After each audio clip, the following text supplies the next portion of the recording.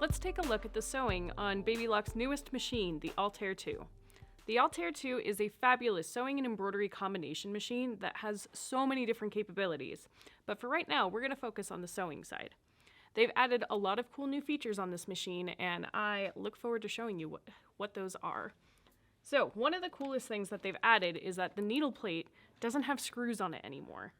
So if you take a look at the needle plate here, it actually has this little hole where all I have to do is take the little screwdriver that came with the machine. This thing is awesome.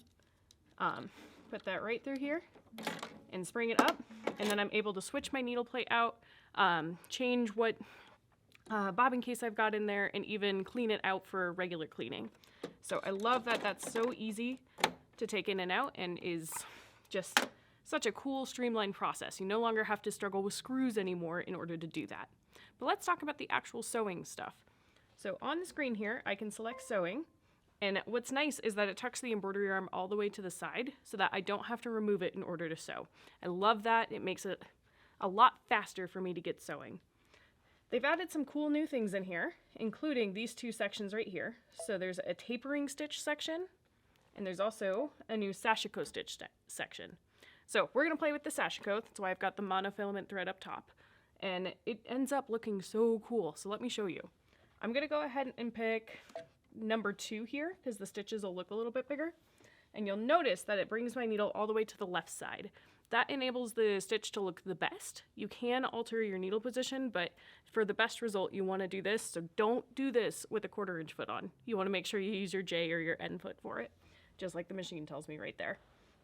When I'm ready to go, you can just do press your foot down, and then I'm going to sew. I'm going to go ahead and speed her up a little bit.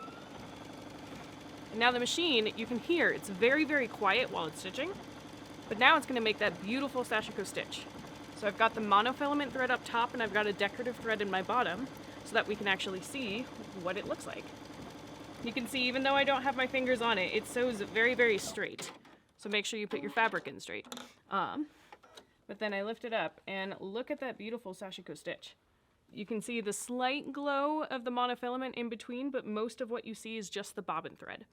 So the Sashiko stitching is a really nice extra element you can do, and it just looks absolutely gorgeous accents. I can't wait to use it on garments for top stitching or even for detail work. I think it's going to be a beautiful technique to use.